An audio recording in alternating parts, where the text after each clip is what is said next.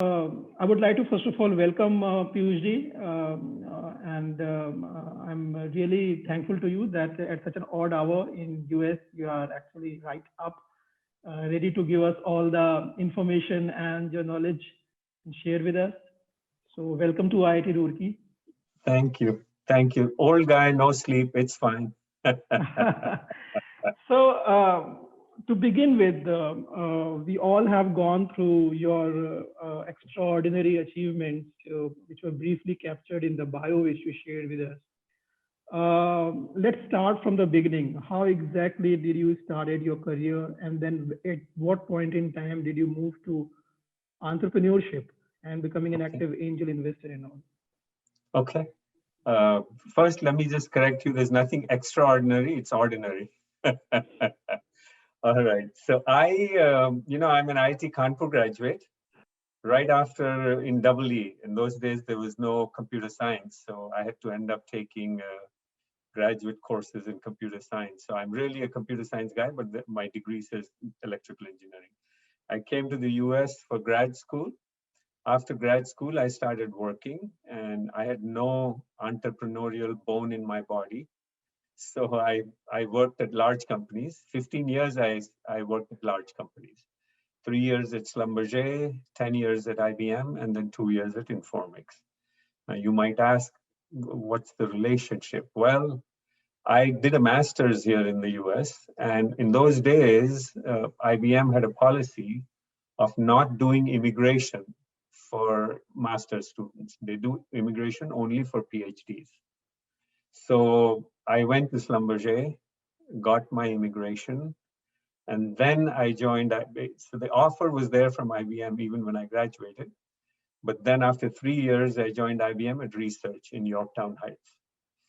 I very quickly figured out that research is not for me. I prefer something more tangible, so something I can touch and feel and talk to. So I moved to the divisions, to the software division in IBM. And then I did various things. I would say even in IBM, when I was presented an opportunity of either managing a large group or doing something from scratch, I picked the latter. So I started entrepreneurship, if you will, in IBM. One of the IBM's first multi-database server. It's called Data Joiner. I started it from 0 people and launched it into the market. So I figured out that that's what my sweet spot is. That's what I like. And I was doing well at IBM. I was on the fast track. Had I stayed there, perhaps I would have been one of the early Indians to have risen into the upper echelons. But finally, the culture is something that I did not like. And so I left, went to a smaller company. Informix was a database company. I stayed there 2 years and then figured out that even as a vice president at Informix, again, the culture was something that grated on me. And, it's things like you have your own group and you promote a certain way in the group, but it starts clashing with the corporate culture. It's hard when your own people come to you and say, look, so-and-so has become a director. And you have to tell them, well, look at our group. The person wouldn't even probably be able to join our group, let alone be a director, right? But it becomes old because people say, wait a minute, yeah, we are homogeneous in our group. We have a certain way of doing business, but that's not what the company is.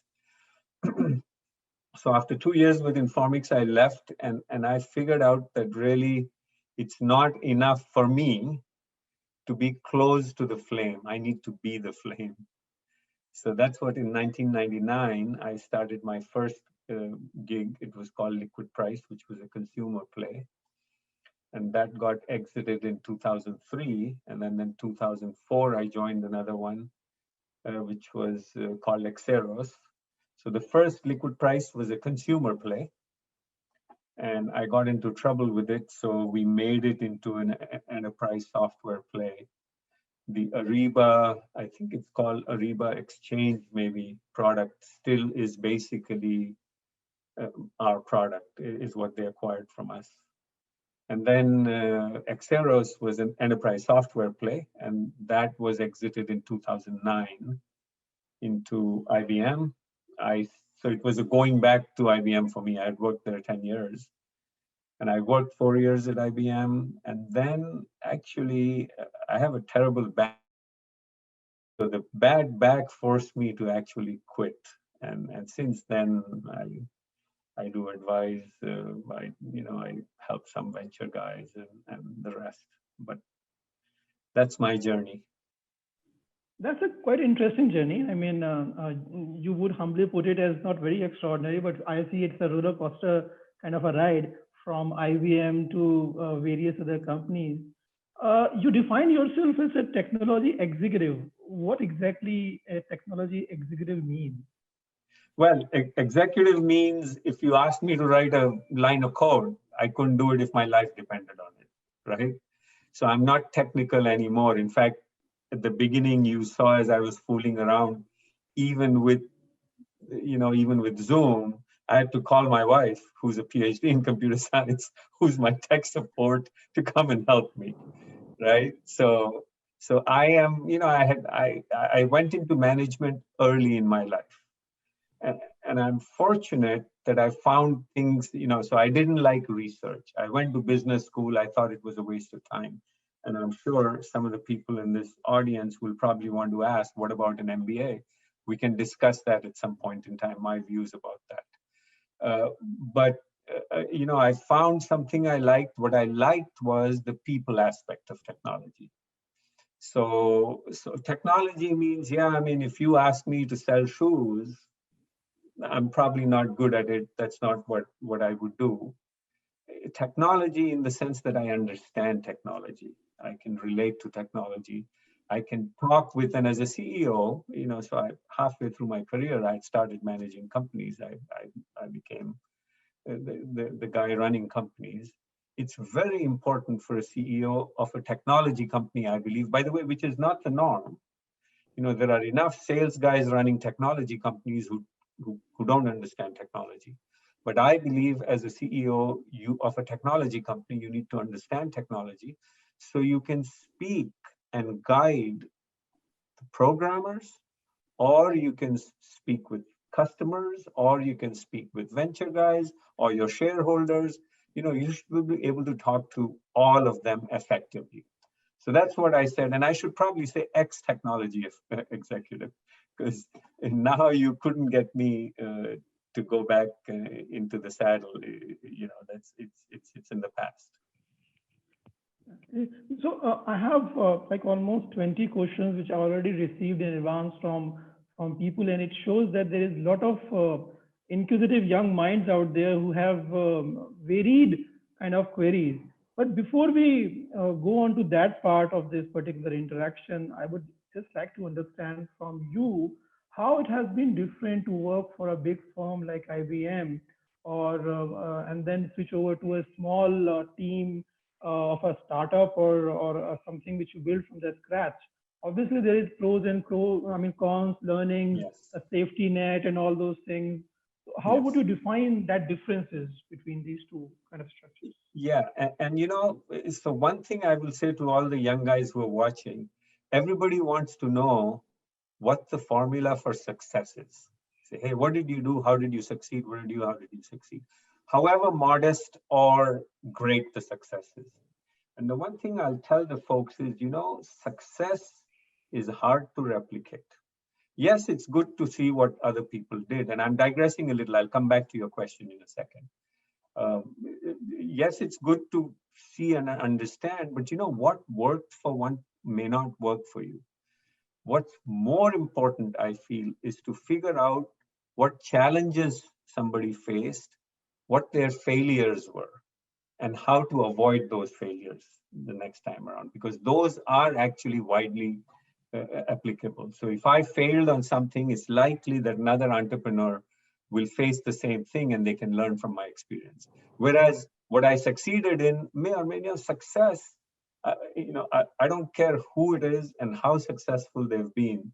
If they say their success is attributed to them, 99 or 100%, I'll say, you know what, this guy's smoking something.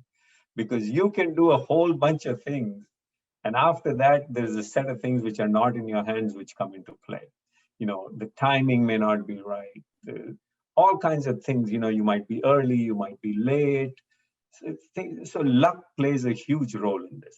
Okay, now set that aside. Another thing I will say is today's young generation, I'm contrasting to me personally. I don't know if it's true for my generation, but for me personally, today's young generation knows what they want right away.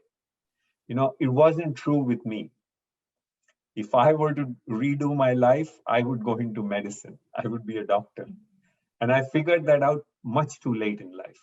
In fact, after IBM had acquired my gig, my daughter said to me, "Dad, why don't you go to medical school?" And I said, "Oh, sweetie, it's too late now." So my generation, it took time. So for me, the fact that I went to large companies first was good because I was still trying to find myself. I didn't quite know what I wanted to do. And it was good that at large companies, there was structure at large companies, right? They have a way of doing things. And so they have a way of putting product out. They have a way of talking to customers. They have a way of marketing their product. You at least learn one way or a set of ways that work in the marketplace. And then at least for me, as I gained experience, I found what the problems with those ways were. I found that I could make things more efficient, that, this process is too heavy. Why are we doing it this way? And in a large company, there's not that much uh, possibility of innovation, of deviation, of changing, even when you're reasonably high up in the company. I mean, in my second stint, I was a vice president, but still there was a way of doing things at IBM, right? So I feel for me, if I was young in my 20s and I had gone and done a startup, I would have probably flamed out because I didn't know too much. I didn't know how to do things right. I didn't know how to manage people, right? I'll tell you that much. I'm grateful. IBM as a company taught me about culture and how to manage people, right? And there are differences. Now, you will probably laugh, but when I went from IBM to Informix, right?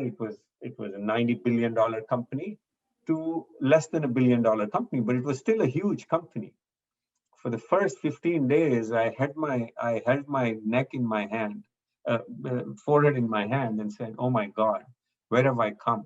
Because I was used to a certain amount of infrastructure, which was absent in a small company like Informix. As an example, IBM had a calendaring system. I mean, we're now talking 1995, right? So Google didn't exist. Google Calendar didn't exist, right? The Mac calendar didn't exist. We used to use Profs, which is a VM, a mainframe calendar, but at least it was an electronic calendar, right?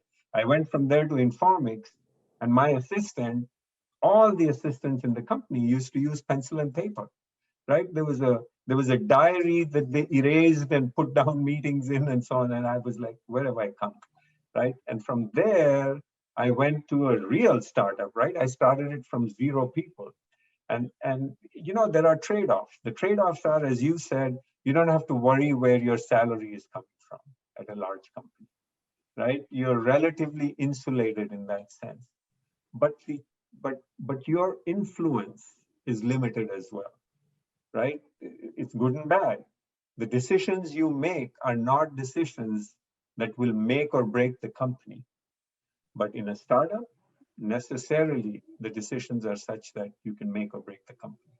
So it's accelerating. In a large company, you're a specialist. You do one thing. You can't do too many things. You're doing either marketing or you're doing sales, you're doing engineering.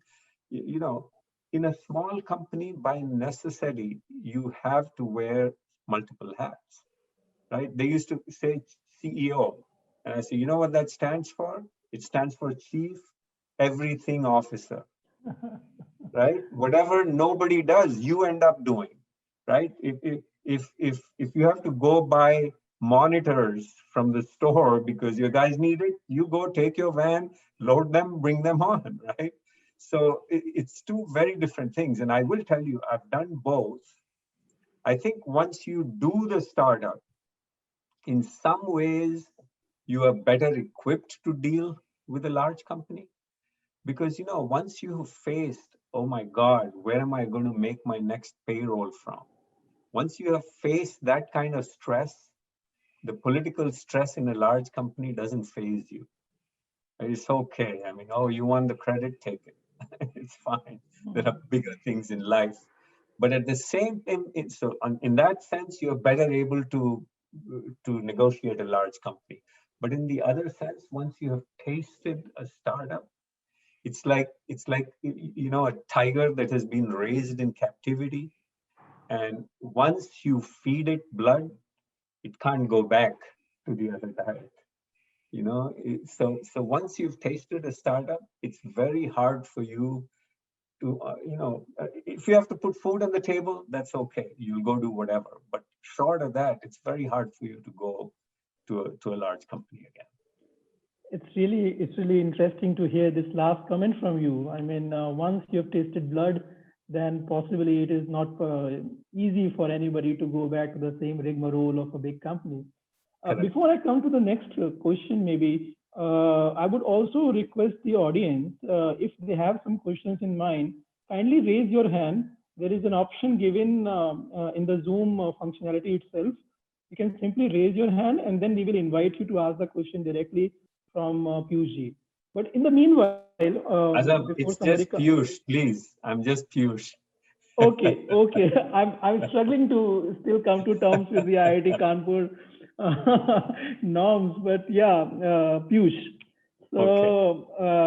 So, what I wanted to understand, because now you are assessing a lot of startups and founders, maybe in the capacity of angel investor or in the capacity of boards of some of the investment companies.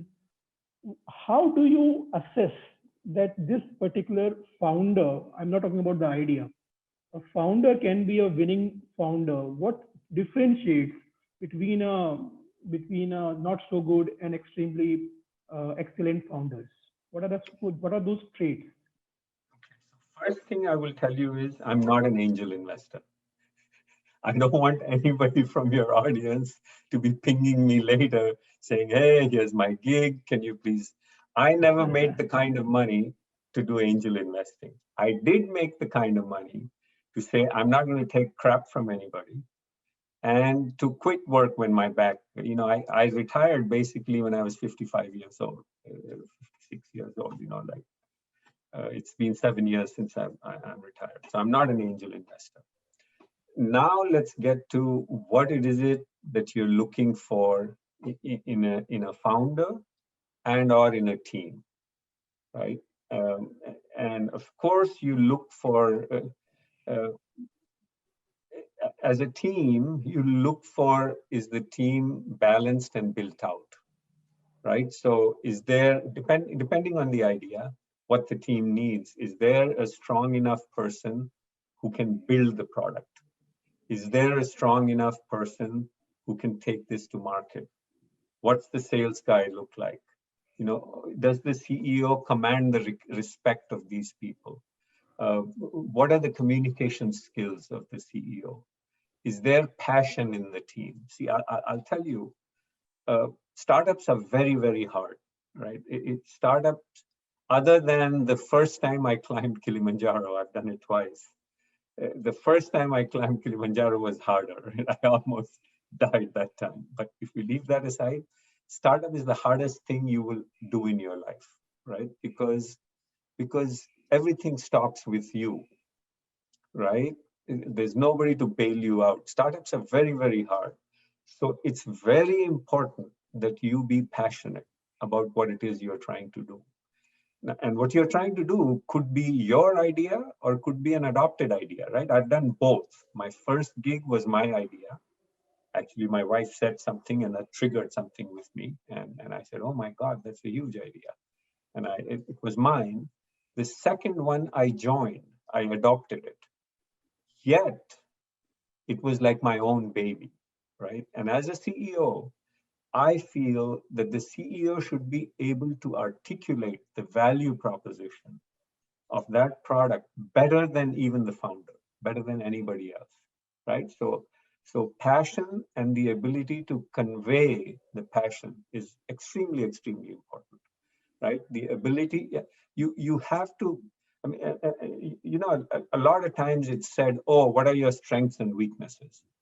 And I consider that a very silly question because you know what? We don't have strengths and weaknesses. If we did, we could put a filter and saying, okay, you know what? My strength I'm going to keep, my weakness I'm going to do away with. That's not what it is. It's the same quality in you that is both a strength and a weakness, right? What do I mean? As a founder, you have to have a certain amount of arrogance. What does that mean? Well, a lot of people are going to tell you this is not going to work. I know this idea stinks, it's not going to work. And you have to be able to counter that and not get dejected. And if you have belief and faith, you have to be arrogant enough to say, no, it will work. And I will show you how it will work. There are times in your career where you'll feel like you're locked in a concrete room with no key, and you still have to get out. And you'll bang your head on the door and you'll find a little soft spot and you'll beat your way out, right? So it's the same. Now, if you're extra arrogant and the whole world is telling you and the customers are not buying the product and you still stay with it, you're going to go off and die, right? So it's the same capability. I call it arrogance, I call it perseverance, it's the same characteristic, but there are degrees of it, right? I mean, there's an old song by Kenny Rogers, I don't know if you heard it, which says, you have to know when to hold up, you have to know when to fold up, right? It's the same thing. So I think passion, I think self-belief, I think uh, teamwork. Here's another thing, right? There's a dichotomy in the workplace. We reward individual excellence, right? It's true here in the US, even in India, it's now true. It used to be India was seniority based, but in the private sector, now it's not seniority based, right? It's individual excellence. But you know what? There is no technology product that succeeds just by individual excellence. You need people working together. How do you marry the two? How do you get people to give the most as individuals, yet help the team, right? It's the same characteristic. You have to attenuate it one way or the other, right? So these are the things you have to look for. And when you talk with people, when you look at their background, when you interact with them as a team, these things come out very quickly. As a CEO, for instance, you'll quickly be able to tell if this is a team or this is a CEO that's dominant. Is he cutting everybody off in the meeting, for instance? Or are they supporting each other? Are they building? Is the CEO trying to answer all the questions, for instance? As a CEO, what you need to do is you need to hire people who are smarter than you, who are better than you. I mean, if I, as the CEO, was the best engineering guy and product management guy and marketing guy and sales guy, then the company is bound to fail, right? So you have to look at all these things. And by the way, the underlying thing in what you asked is, I believe more than anything else, it's the team that matters. The idea, you may have to morph it, you may have to change it, but if you have the team, then you can go through the obstacles, you can go over the obstacles. If you don't have a team, then you live and die with that idea, which 9 out of 10 times changes by the time you go to market. Sure. I think there is one hand raised. Yes, as of now. Shishir wants to ask something. Manish, can you please unmute Shishir and maybe he can ask the question? Sure, sir. I've just unmuted him. Shishir, please go ahead. Hi, Piyush. And it was a wonderful session till now. And I could relate with everything what you have been talking about. Now, my question is, you said startups is hard, right? Mm-hmm. And if we compare the situation between 1995, probably when you started as a startup, and today, 2020, there is a lot of research, there is a lot of methods, there are a lot of processes like lean startup canvas, and Mhm. there are so many tools that have started coming in. At the Mhm. same time, use of technology as well is kind of becoming easier. Yes. However, startup is still hard, right? Mhm. So now, when you say it is hard, it means the challenges that you need to face while doing a startup, are immense. They are numerous challenges. Now, Mm. how do you compare the situation between 1995, why startup was hard then, and today, when there are so many processes and tools that are available at an entrepreneur's disposal, and it is still hard? What are the challenges that have changed, and why it is still hard, and why it is going to be hard even in 2035, maybe 15 years down the line? That is my question. Thank you. So what is a startup, right? What you're trying to do something with limited resources, with not too much knowledge, which has not been done before, or if it has been, there are two kinds of things. You're doing something faster, cheaper, better, your incremental improvement, or you're trying to do something that hasn't been done before. In either one of those, the odds of failure today, or in 1995, or in 1800, or in 2100 are the same. They haven't changed. Right? The odds of failure are 9 out of 10. 1 out of 10 startup is going to succeed.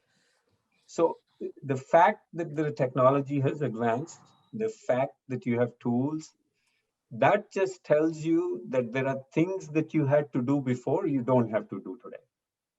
Right? That's all it means. It means, whatever it was, I mean, I remember the time when I used to do programming, and I will, of course, you can see my age, but at the time, IBM, we used to program for IBM PCs. So our development platform was IBM PC, right?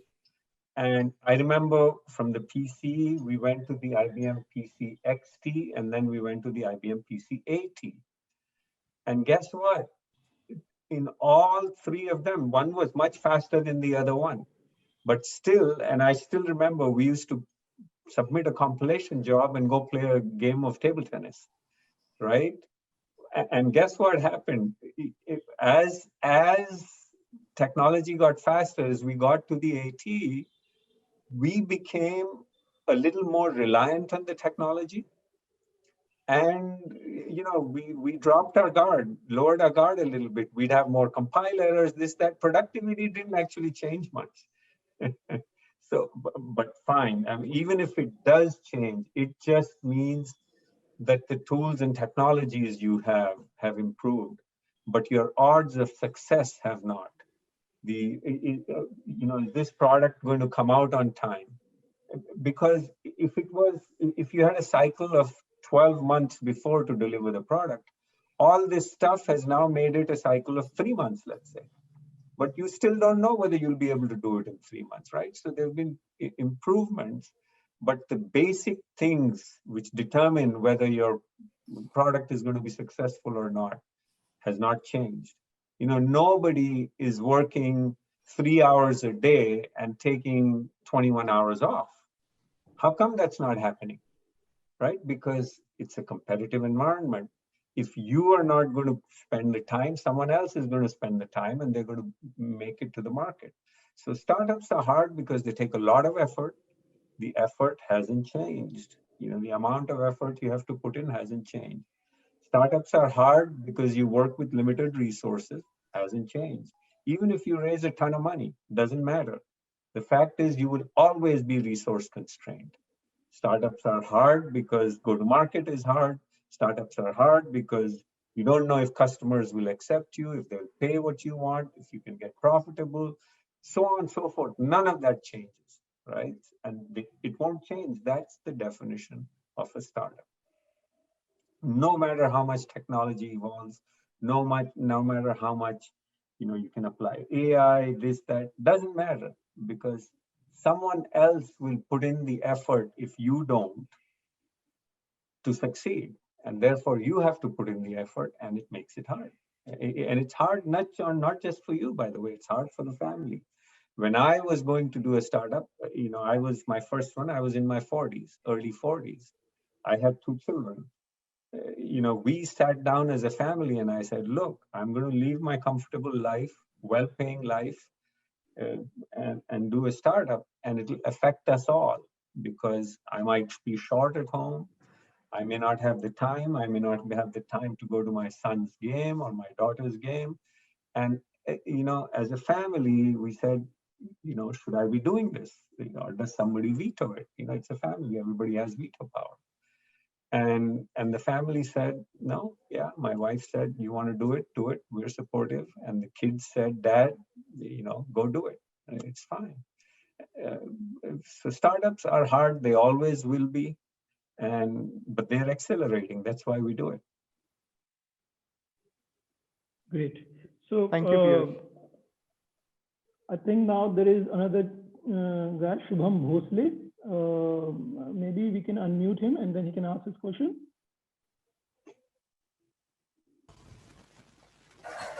Hello, sir. Shubham, go ahead. Yeah. Yes. So actually, I want to ask you about edutech startups in India. Nowadays, edutech startups are booming like nothing like else. Means there are a lot of edutech startups like Byju's and Vedantus and many more that they are dominating the education system in the India. Not in the India itself, in the actual world. So I want to ask you, what will be the future of traditional schooling over the edutech startups, or the educational technology that we are enabling? So what will be the future of schooling, traditional schooling? You mean in person going to school? Yes, sir, exactly. Okay, so, I'm an old guy. I think there is no substitute for in-person anything, COVID notwithstanding. So yeah, as long as COVID is raging unchecked, yes, the educational technology, I'm glad it's there, because it's letting kids be educated in spite of COVID. But once COVID comes under control, I mean, hopefully we never have to test this out. But I will say to you, if COVID were to rage for 10 years, and for 10 years you had kids who never had in-person interaction with their teachers or with other students, then it would be a disaster. These kids would be qualitatively inferior to the kids who've gone through in-person school. There's something to be said for human contact, and both with their peers as well as with their teachers. It's a whole different learning, and no amount of technology, in my opinion, can replace that.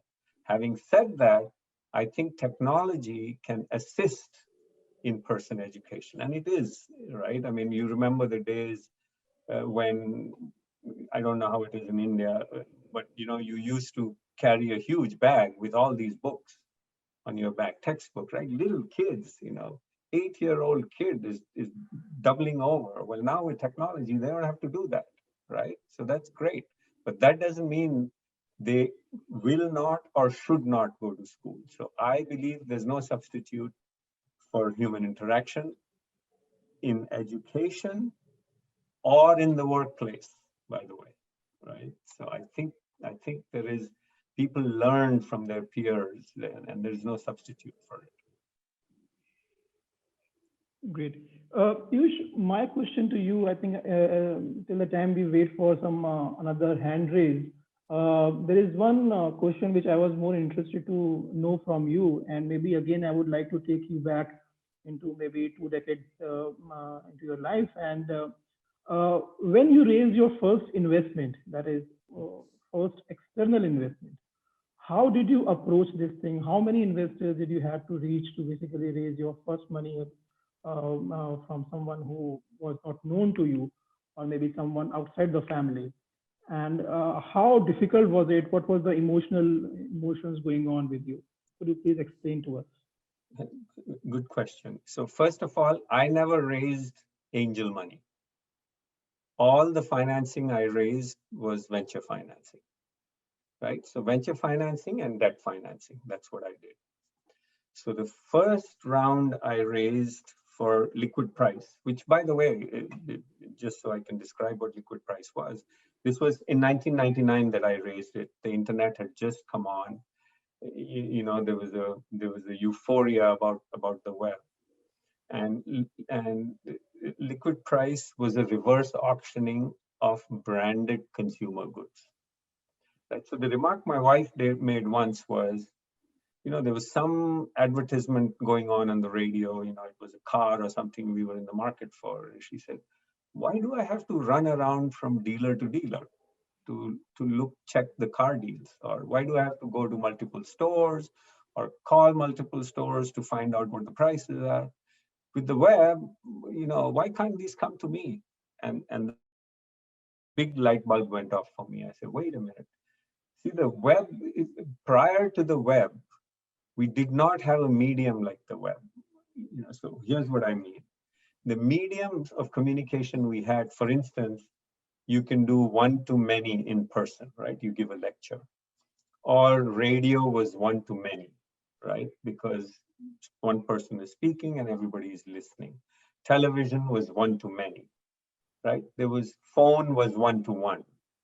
There was no communication medium that was many to many at the same time, right? The web is many to many, right? Here we are doing many to many, right? Amazon can put up a website for just a select group of people and a different web page for a different set of people, right? It's many to many communication. And so so I said, wait a minute, with the web, nobody should have to go run around looking for deals. The deals should be able to come to me. I, as a user, should be able to raise my hand and say, look, I want to buy a car. And the dealers should be able to say, look, I have the car, I'll give you this price. And the other dealer looks at it and says, I'll give you a lower price, and so on and so forth, right? That I should not have to go from store to store to store, right? That was the intuition. So it was a reverse auction. Like eBay is a regular auction. I have a good and I say, I want to sell it, and people bid, the buyers bid. With liquid price, I, as the buyer, said, look, I have a need. Here's my need. And the dealers, sellers bid to fill that need, right? So pricing typically would go down. So it was a business model play, right? And I went to raise venture financing for it. By the way, at that time, I was able to raise financing on a PowerPoint. I did have a team. The team was there, but we didn't have to have a prototype or an implementation. I first raised the Series A. And by the way, it was hard only because I got greedy. So the first VC that I went and pitched to said, love it, love the concept. We're happy to give you a term sheet. And you know how it is sometimes when something comes easily, you say, wait a minute, something is wrong. This is not the best deal. I should look for a better deal, right? So for instance, I don't know if you've used Priceline, but if you use Priceline and you make a bid, for the airline and it gets accepted, you go, damn, I should have bid lower, right? That's the human psychology.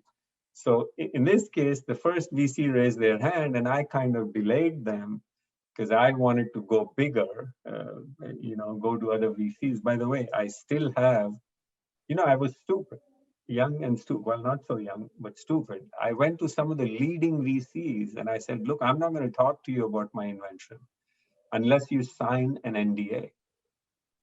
And no VC signs an NDA. I have NDAs still there signed by 3 top VCs. I think one was Benchmark, one was IVP, one was Kleiner Perkins. All of them signed NDAs for me, right?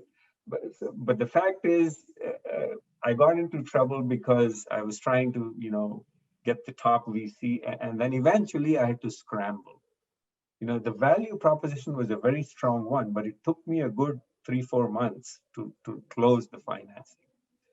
after that, every financing, I mean, I know in those days they used to say, hey, stand under a tree, shake it, and the dollars will fall down. It's easy. It never was easy, by the way. Never was easy. I had to go knock on a lot of doors before the financing came through. Now, there are others who have the experience where they go, they run it as a process. They have 5 VCs that they approach, and all 5 get interested. And they tell them, look, I'm going to take term sheets between such and such date and such date, and I'll announce it. And the VCs are competing for your business, which is a great position to be, by the way, right? If the VCs are really chasing you, that's great. You close the deal.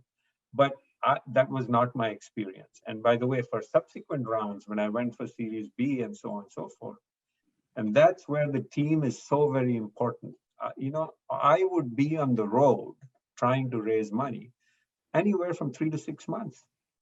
And if I didn't have a strong team that would keep the business, it's not that I was totally gone, but yeah, I wasn't there as much as I would if I wasn't raising money. And if I didn't have a strong team, the business would have died. So I think raising money is, in the exceptional case, yeah, they chase you and it's all great. But in most cases, you should allocate 6 months to raise financing. And the first time I did it on PowerPoint, the second time we had to have technology prototype some potential customers before you could raise money. And I suspect that's the norm today. It's hard to raise money on PowerPoint, but it is always going to take an effort. Like generally, I hear the statement that you have to kiss 100 frogs to find your prince. How many frogs did you have to kiss before you got your investment? I will tell you that, of course, now there's a whole bunch of venture firms, which I don't know. But at the time, let's say from 1995 to 2005 or 8, those 10, 13 years, I probably knew 90% of the VCs in the Valley, which means I had pitched to them at some point or the other, right?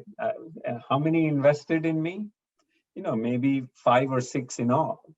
But I had gone and pitched to at least, so I raised 4 rounds of financing.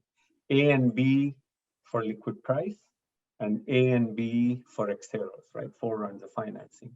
In those 4 rounds of financing, I'm sure that I would have reached 100 presentations. Yeah, easily. So I'm sure for each round, 25 to 40 presentations would have been made.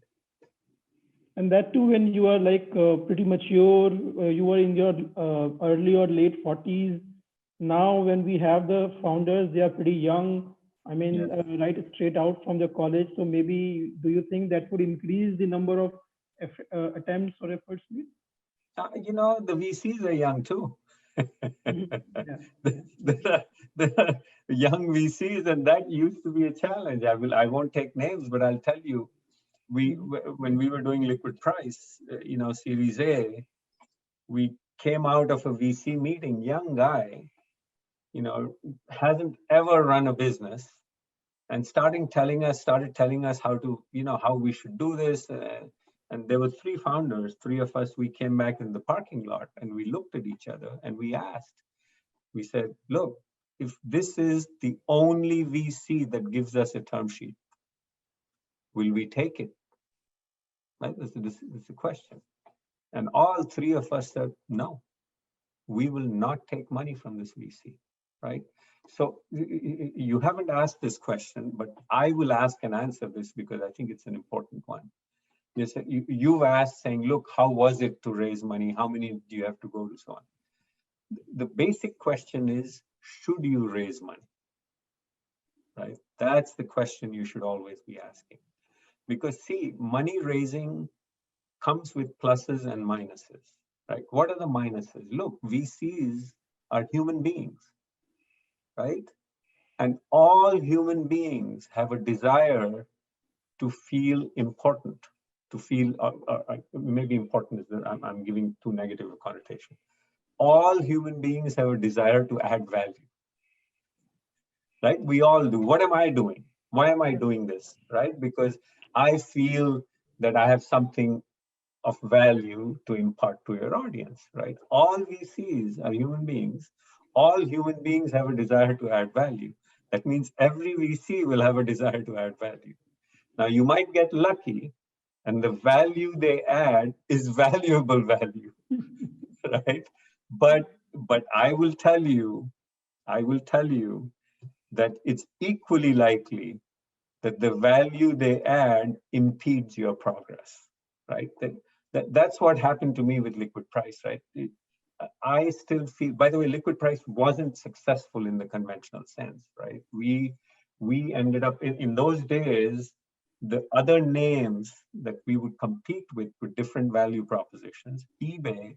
In fact, when I was going in to make my pitch for Series A financing for liquid price, from the conference room, the eBay guys were just coming out. And Kevin Harvey told me, oh, by the way, that's a company we are looking at. It's called eBay.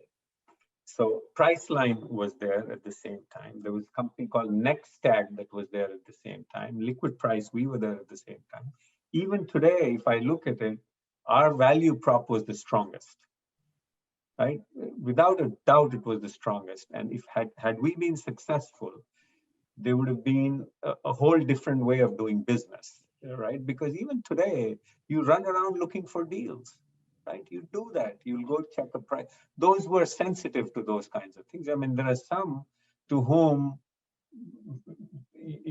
money is no issue, right? And they go just look at the first thing and buy it. But I believe that's 1 out of 10 people. 9 out of 10, even if they are wealthy, will go look for value. Am I getting a good deal or not? What is the market, right? And how do they do it? They have to go spend time, or somebody has to spend time on their behalf. With liquid price, you didn't have to do anything. Now, we were a little early.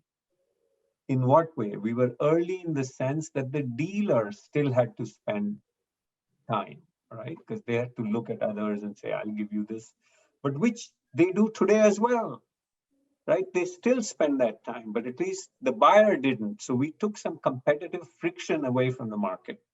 And that friction has value, has dollar value. And we were dividing that up between the dealer, the buyer, and liquid price, right? So it would have become the way of doing business. It would have been the dominant way of doing business.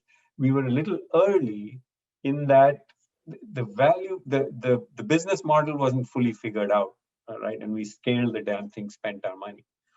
And the second is, it was a little early in that technology couldn't assist the seller. You can imagine today that I could have had programs which the seller says, look, I have an inventory of so many cars. Across these cars, I want to make a profit per vehicle of this much. And the program would figure out, would do the bidding and figure out how much to bid for which car, which business, and so on and so forth, right? But I got into trouble with that. And I had a board, which was first-time VCs. I was a first-time entrepreneur. And even though I said, look, we should stay the course, we should stay with liquid price, being 40-year-old, I had another effort going to productize the software that we had built. We had built exchange software, right? What's reverse auction? It's buyer and seller exchange. So we had built exchange software. At that time, Gartner was saying there'll be 650 exchanges running across the world, whole bunch of business is going to flow through it. We were getting inquiries from, somebody in the construction business saying, look, we want to do your model in the construction business. Will you sell us the software? So I had another effort to productize the software. And my board put a gun on my head saying, look, shut down the consumer business and just put all your wood in the arrow that's on the software business. And I felt that was the wrong decision. So I got value add that I didn't need. We went down that path, and that business wasn't very, the huge business, because we had spent all the money and the sales weren't exactly there because the dealers were cheating us. Whatever, the business model hadn't been figured out, and I had scaled it. So we shifted to renamed the company to Promeria, shifted the business to this enterprise software model, which wasn't that successful got acquired into Ariba. I think if I had VCs who would have backed me and perhaps counseled me saying, look, don't spend all your money. Let's figure out the business model while you are still in a small market. And then when you scale the business, scale a good business. Because if you scale a bad business model, guess what's going to happen?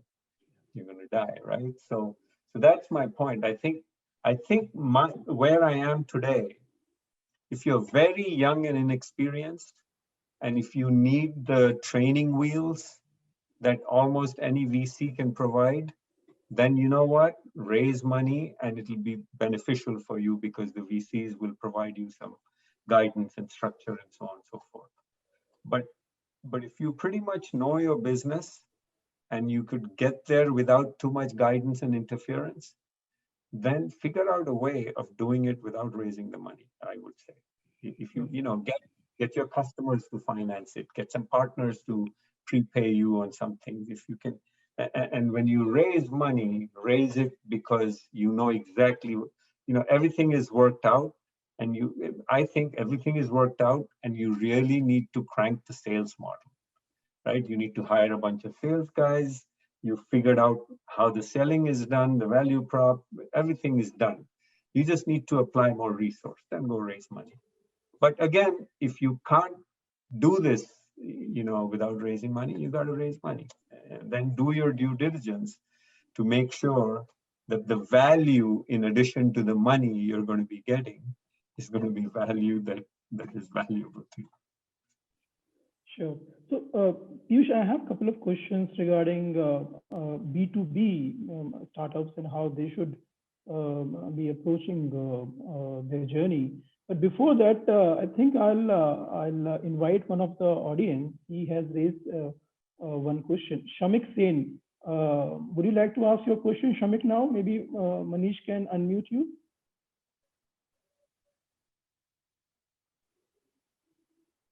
Manish, can you please unmute Shamik? Yeah, Shamik, go ahead, please.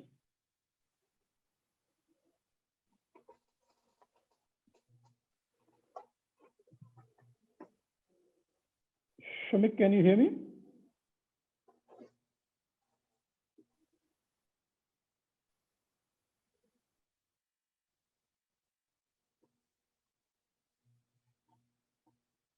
Or maybe should I ask on your behalf? I can do that.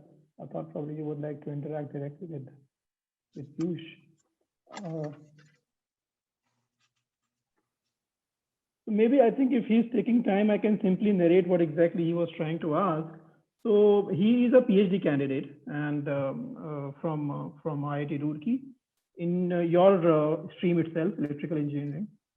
So he wanted to understand how to market a technological product, and this is something which is, I think, it's a very important question, which I think we would like to get some of your views, because most of the startups whom we incubate here, whom we try to support here at TIDES, most of them have a technology, deep tech involved in that. So to market that, and most of them, they may be B2B startups, and hardware based. What could be the strategy to market such a product? How should the market be approached? And then second question is more specific to one sector, that what is the perspective of automation in India? Maybe if you can throw some light upon these two parts of it. Let's take the two one at a time. So the first question is, hey, look, how do you market technology-based products? That's what it sounds like the question is. And that also hardware, potentially hardware. Yeah. But leave out the business proposition, business model kind of things, like liquid price was. Everything else, whether it's software, hardware, or both, are technology-based products. Right? They're technology-based products. And if it's B2B, then of course, the couple of questions you'll want to ask is, look, is this something that has never been done before? So it's brand new. You're doing something that has never been done before, right? So you have to create a market. Versus here is something that has been done before. It's an established market, and you've got a better solution for it. right? Those are the two, right? I don't know any other way possible, right? So, by the way, the trade-offs between the two, if it's something that's never been done before, it's high risk, right? Because you don't know whether, for instance, the product will work, or whether the market will accept it. And then you have to create the market. It's high risk, but it's high reward, right? Because if it is a big market and you're the first, then you might capture that market. The other one is lower risk because the market already exists, right? People already see the need and the value, and you're trying to do something which is better, right? But it's lower reward as well. In both of those, the go-to-market is the same, right? You have to first go convince a few customers, your early customers. And how do you convince them? Well, there are various ways. You have to go find where these customers are and get in front of them. That could be, using direct models, using industry trade rags, using conferences, trade shows, whatever, doesn't matter. Your contacts, your VC's contacts, right? In both of them, you need your first 5 or 10 customers. And those 5 or 10 customers are going to come probably from your network, from your connections, and things like that. Once you get your first 5 or 10, then it's a question of scaling it. And then you go to the rest of them. It's internet-based search, keyword search, it's maybe social media based, it's the same, the usual kind of thing. So either I'm not understanding the question, or there's no magic. I mean, it's a very well-known way that you go about. You have to go get your early customers, and the reason you will need to get the early customers is to validate your value proposition, to validate your pricing, to make sure your product bugs have been taken out, that it's positioned correctly, to figure out the product market fit, all that you do on a small scale. Once that's done and you're ready to scale it, then you have to apply some dollars, right? Because you can't go one by one. And you have to figure out, for that product, for that industry, where you can get it in front of the people. What's the most efficient way? Is that the web? Is that some conferences, some trade shows? I don't know. Yes. No, I think you got the question absolutely bang on. Maybe the background of this question is that because we are so technology savvy, or we all are technocrats here at the Technical Institute, that we somehow miss the soft skill part, the marketing part. And probably that is where the question was coming up. And it's a very general question to most probably all the startups which we incubate. Well, that's such an important thing. Like you guys, I'm a technology guy, right? I was an engineer, I was a programmer, I was a researcher. And so until I ran a company, and until I had to go talk to customers, I didn't understand the importance of marketing and sales. But I will tell you, and perhaps it's because I have technology background today, I will tell you, I think product and technology are easy. But taking it to market is very hard, very hard. And so, if we were in that analogy saying, we're in a boat and the boat is sinking, right? There's a leak and we have to start throwing some people out overboard. Who would you throw out first? Who would you keep till the end?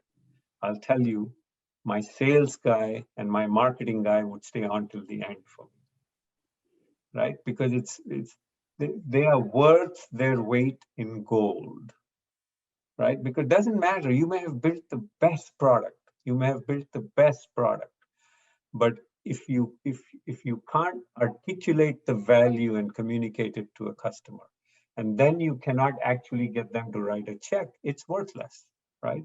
And If nothing else, you just need to see what's going on in the United States. If you look at politically who's running this country, what is it? Is there product there or is there marketing there? Yeah. Right? I don't know how it is in India. India maybe has both product and marketing. So maybe related to this question, because and now you are raising a very important aspect about the relative importance of different functions within a team or maybe within a startup. If one of the founder is suppose only providing the technical aspect into the company, and the other founders are providing more the marketing, the business, and the overall aspect of it. Uh, that technical founder is not able to give his full time into the company because he has other assignments also. And I mean, I'll open up a bit more. For example, a faculty is running a startup, and his contribution or his or her contribution is more that they will be providing technology. Mhm. So, what do you think typically could be a kind of equity sharing within the company which he or she should hold? Because definitely somebody holding significant equity just because they are coming up with a technical expertise, as you rightly pointed out, that at the end of the day, it is the marketing and selling which is one of the most crucial component of a startup. Any ballpark figures? I'm not asking for any specific numbers. Maybe Well, let's talk about guidelines. Now, having given you that previous answer, I will flip it for a second, right? And here's what I mean. It says, look, yeah, I gave you the boat analogy and I said, hey, who would I throw out last?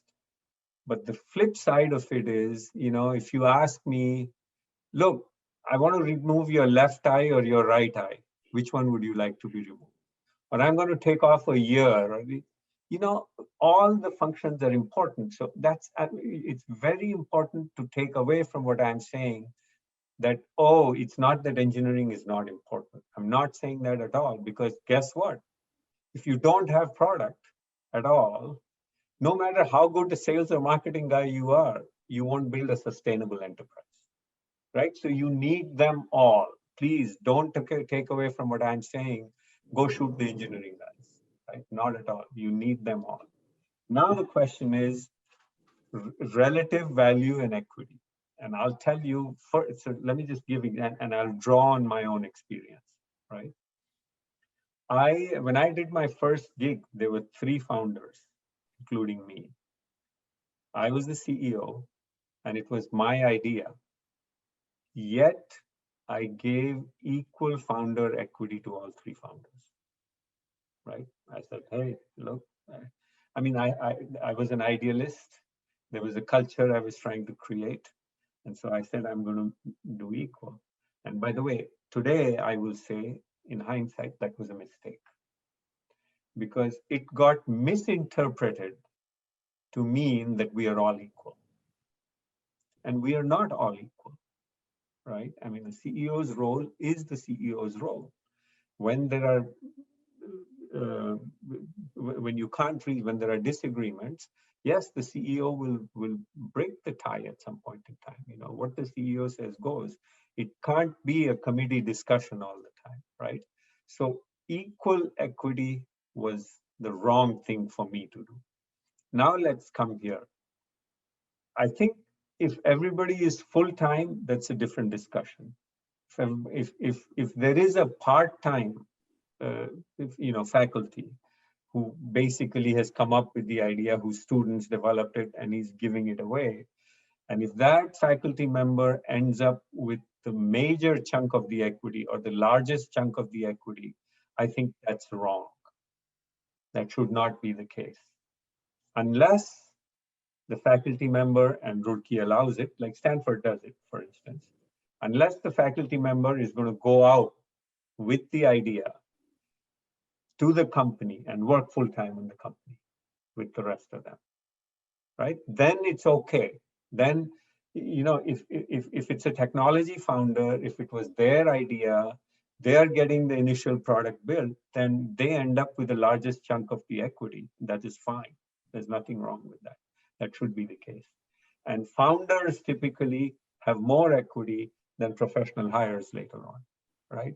And it's entirely possible that a founder may have more or equal equity than the founding CEO, than the startup CEO that they bring, for instance, right? All that is possible. But if it's, let's say, one founder, two founder, three founders, and after the company is running a little bit, so the founder has been able to run the company, has been able to build a prototype, and now is going to raise financing and brings in as well as a marketing guy, then they will not have the same equity as the founder. And if they're brought in post Series A, they'll have even less, right? If they're bought post Series B, they'll have even less, right? Because the amount of equity you get is dependent on two things: your contribution and value to the organization and the risk you took. Those two things determine the amount of equity. Early on, risk is high, right? So you get more equity. And depending on what you brought to it, it's your idea, or you've implemented it, or you brought a bunch of customers, then you get more, right? And ongoing as well. And by the way, shouldn't all be vested, right? Because there should be incentive for you to continue, right? If you leave, a bunch of equity shouldn't leave with you because it's vested. Because venture guys don't like to see equity leave the company. Yeah. Did that answer your question? I didn't give you numbers, but I think it's maybe if I insist slightly on that, do you think would be a 10% or 15% for a faculty should be a good number to at least get his motivation, or do you think it should be lesser than that? again, it depends, right? Say there's 100% equity, 20% is reserved for employees, let's say, Yeah. right? You're going to get VCs.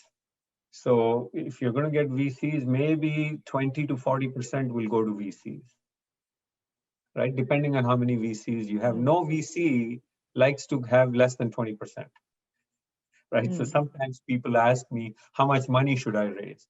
I said, if you're raising money, raise the most that you can get, because you'll give the same amount of equity, right? It'll be 20%, whether you're 10 million pre-money or 50 million pre-money. It's going to take 20%, so raise the most, right? So now 20 for employees, let's say 40 for VCs.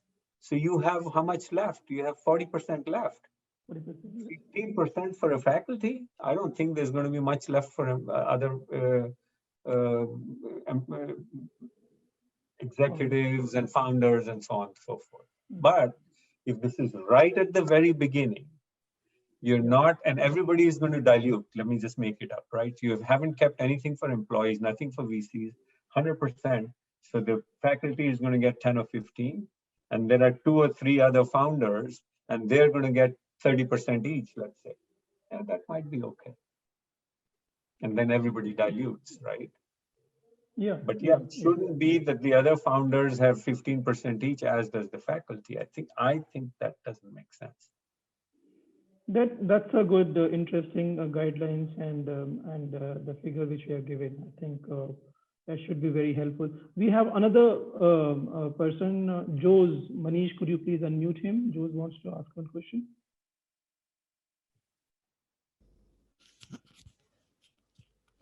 Hello, sir. Am I audible? Yes, please, Jose, go ahead. Is it Jose or Jose? Sir, it is Jose only. Oh, it's Jose, okay. See, where I am, that would be Jose. Yes. Yeah. So thank you for this interesting talk.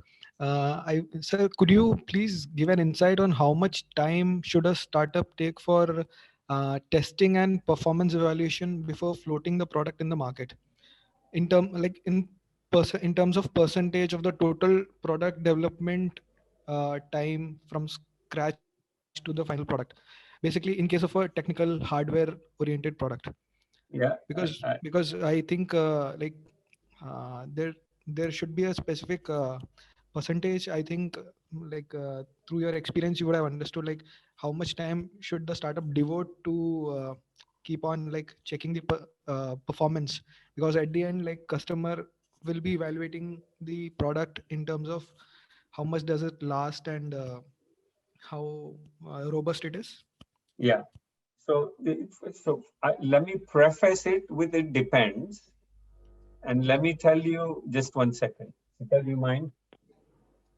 Uh, Let me tell you what I mean, why I'm saying depends.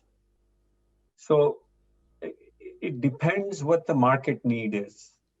So there are times, for instance, you might have to rush a product to the market. It's going to early customers. It's in beta. Even though you haven't quite achieved the performance characteristics you want, or you haven't achieved the quality in it you want, but it's just so important, you're going to handhold the customer, you're going to do whatever it needs, and the customer is understanding, and you'll rush it out. Okay? Because if you don't, your company is not going to exist, for instance. So there, I'd say, you get it out, even though it's not quite what you want to be. But if we leave that aside and we say, what's the typical case? I haven't done hardware products, so I don't know hardware products. I've done software. In software, typically, and some of you might be surprised by it, but the developer to QA ratio is 1:2. So if you have a development team of 5 people, you'll have a QA team of 10. And when I say QA, you include in there the performance people, the usability people, the strict quality assurance people, and all of that, right? So it's not as if that you can just churn out code and put it in the marketplace. You have to, from the very beginning, make sure, and these people have to have a say in the very beginning of the product, when the product is being designed. The performance guys should be in early so that they can give feedback, because it's very hard, as you guys know, and you all know this, that $1 spent on quality or performance or usability or any one of those things early in the cycle is worth a lot more dollars spent later. Or say it a different way, if you don't spend the money ahead of time, you're going to be ending up spending a lot more money at the end, and you still may not get the value, right? You cannot, if a product is badly designed, of poor quality, you cannot test your way to quality. It has to go very early. The QA feedback has to be very early. Performance feedback has to be very early. Okay, so I have always been a believer that you got to fund these groups, and you got to collectively fund these groups more than development. Does that answer you, Jose? Yes, sir. Yes, sir. Thank you, sir. Great. Is there any other question? I don't see there is any other question. But I think now we are almost approaching towards the end of this interaction. We still have 5 minutes more. I'm also seeing Dr. Rajat Agarwal online. He is our Associate Dean for Innovation and Incubation. Professor Rajat, are you there?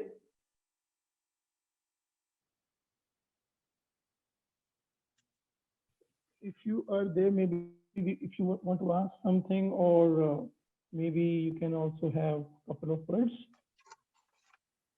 None of your people are interested in going to business school, huh? I'm surprised that I didn't get the question, hey, what do you think the value of an MBA is?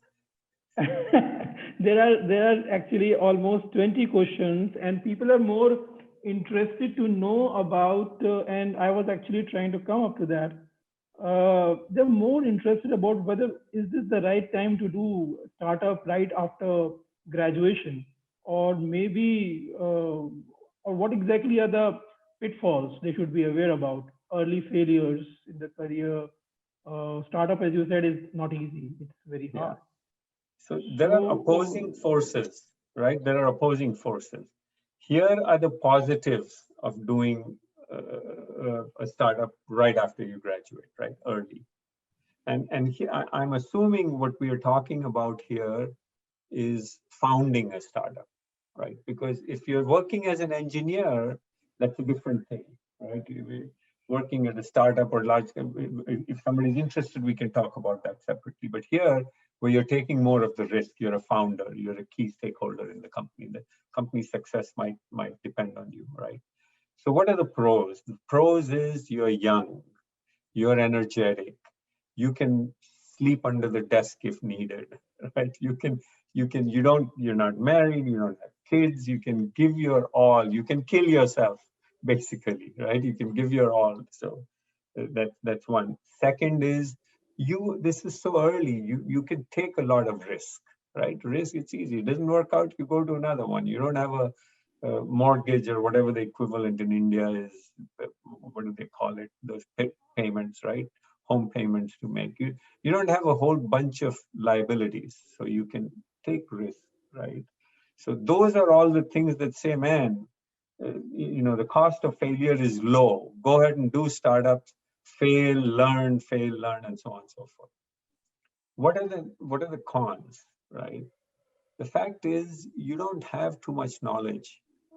You've got book knowledge, maybe you've got some practical knowledge, but you don't really have knowledge of how to motivate people, how to manage people, what corporate culture is all about, how to take 1 and 1 and make it 11 instead of 2. That's what a startup needs. You take one person plus one person, and they perform not like 2, but they perform like 11.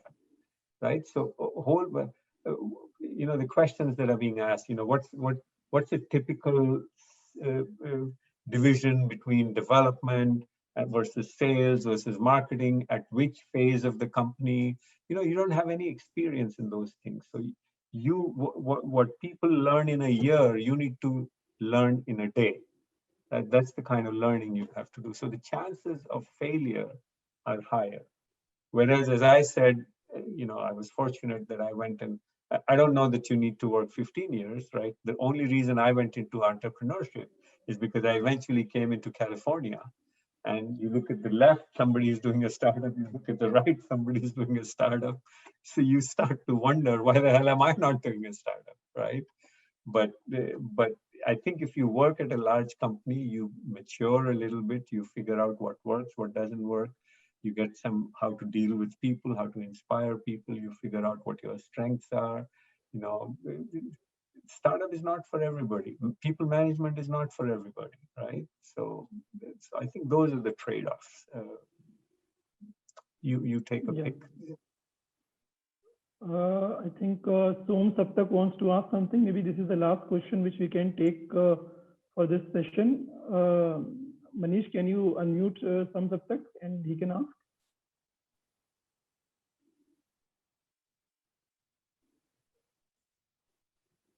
There's something about automation you had asked as well. Yeah.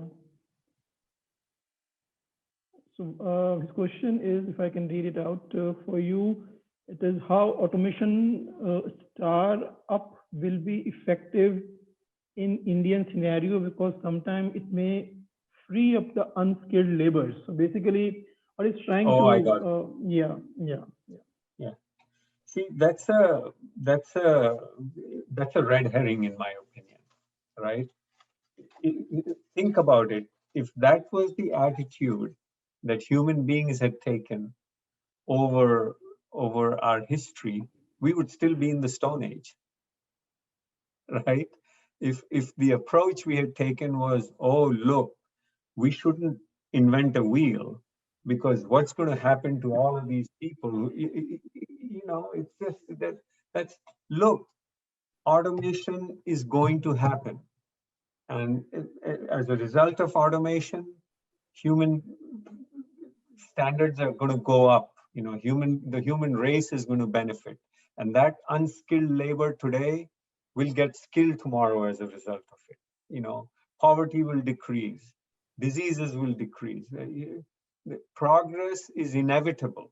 If whether it's India or Zambia or the United States, doesn't matter, right? It is going to come. If you can bring it, you will benefit from it. If not, somebody else will. So automation is absolutely the way of the future, and it will not put anybody out of work in steady state, right? Yeah, there might be disruptions, and those disruptions are just the way of life. That's how human beings make progress. That's how progress happens in society, right? So Don't be afraid of automation. Grab it by the horns and ride it. That's a great thought. And also, regarding your previous answer, nowadays we have a lot of founders who are actually coming out right from the college. And as far as funding is concerned, I'll not talk about the sales aspect of the product, but yes, as far as VC funding is concerned, they are getting some really good VC funding in the form of both from India as well as abroad. Y Combinator is doing a lot of funding into young startups. So I think probably now things are changing a bit, that people are starting early, starting big, mainly if they have a B2C product idea, which is slightly easy to sail through in the VC. Do you agree on that part? Well, by the way, that's not new, right? I mean, how old was Zuckerberg when he started? How old was Bill Gates when he started what he did? By the way, they were all high school, college dropouts as well, right?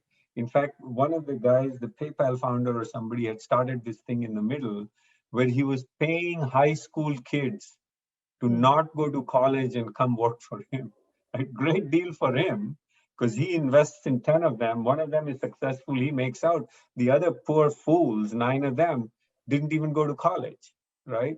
So I don't think that's new. I don't know what the success rate is. You know, for the VCs, it's okay. Look, for most VCs, they invest in 10 businesses. If they're, you know, there are two kinds. You know, there are those who invest in home runs, right? They are looking for businesses that are going to become billion-dollar businesses, right? There are others who say, look, if I get a 3x exit or return in 3 years, that's enough for me. Either way, both of them rely on funding 10, and the billion-dollar guy will say, look, if one makes it, I'm fine, right? The other 9 die, it's no skin off my back, right? Now imagine these 10 young founders, you know, all have been given some money. The VC is going to do okay because one of his guys is going to make it, and the other 9 are going to die. But you know what? Maybe it's not. If they've learned, it's not too bad. They can go back and take another bat. So if somebody is giving you money, if you have an idea that somebody is giving you money, and it's reasonable terms, right? Terms are as important as the equity, right?